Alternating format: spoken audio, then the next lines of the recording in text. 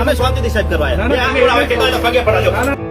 Police વાળા ધ્યાન રાખી લેજો, પટ્ટા તમારા છે, તમારા ઉતરશે, મારા નહીં. એ સમગ્ર ગુજરાતે જોયું. આનાથી જેટલી વિશેષતામાં રજૂઆત કરવા અમારું નથી પીડ્યા વેદી રાખી તમને તમારે તો તમારા છોકરા વિશ્વમાં હારી ભણતા છે, અમારા છોકરા મજૂરી કરી જતા એ દારૂ પીવા ખાતે બહેને મજૂરી કરનાર છોકરો ખાઈ ના ખાય. થરાદ પોલીસ સ્ટેશનમાં જ્યારે એક લાચાર યુવાન પીઆઈના પગમાં પડી ગયો ત્યારે ત્યાં હાજર દરેક વ્યક્તિ મૌન થઈ ગઈ. આ દ્રશ્યો થરાદના અભિપુરા ગામની એ વળવી વાસ્તવિક. મિત્રો, 6-1 મહિના પહેલા જનાક્રોશ રેલી કોંગ્રેસ પાર્ટીના નેતૃત્વમાં જ્યારે થરાદ પહોંચી ત્યારે થરાદના શિવનગર વિસ્તારની બહેનોની સતત ફરિયાદ હતી કે અહીંયા દારૂ, ચરસ, ગાંજો અને ઇવન ડ્રગ્સનું દૂષણ ખૂબ વધી ગયું છે.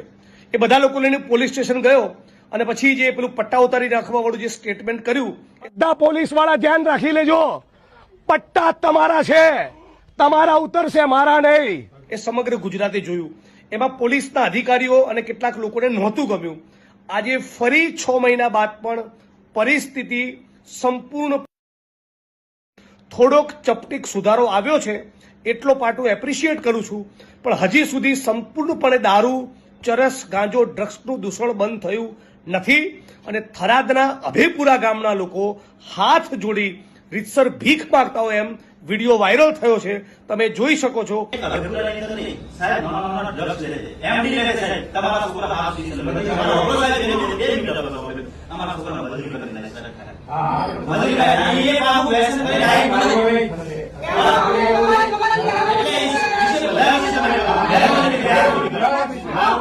કે ડીવાયએસપીને કહી રહ્યા છે કે મહેરબાની કરી તમારા દીકરાઓ તો સારી અંગ્રેજી માધ્યમની સ્કૂલોમાં ભણે છે, અમારા દીકરાઓને, અમારા યુવાનોને કેમ બરબાદ કરો છો?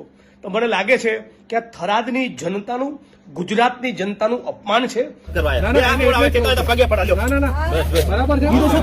આનાથી જેટલી વિશેષતામાં રજૂઆત કરવા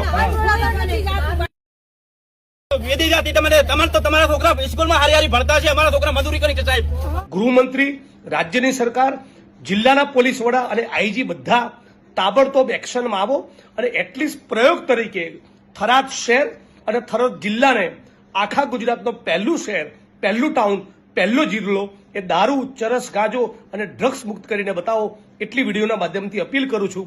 એ તો ભવિષ્યમાં કોઈક દિવસ થરાદ જઈશ અને અમારે ઉત્તર ગુજરાતની ભાષામાં કહીએ કે ડફલીશ, ઠપકાલીશ, તો તમને નહીં ગમે.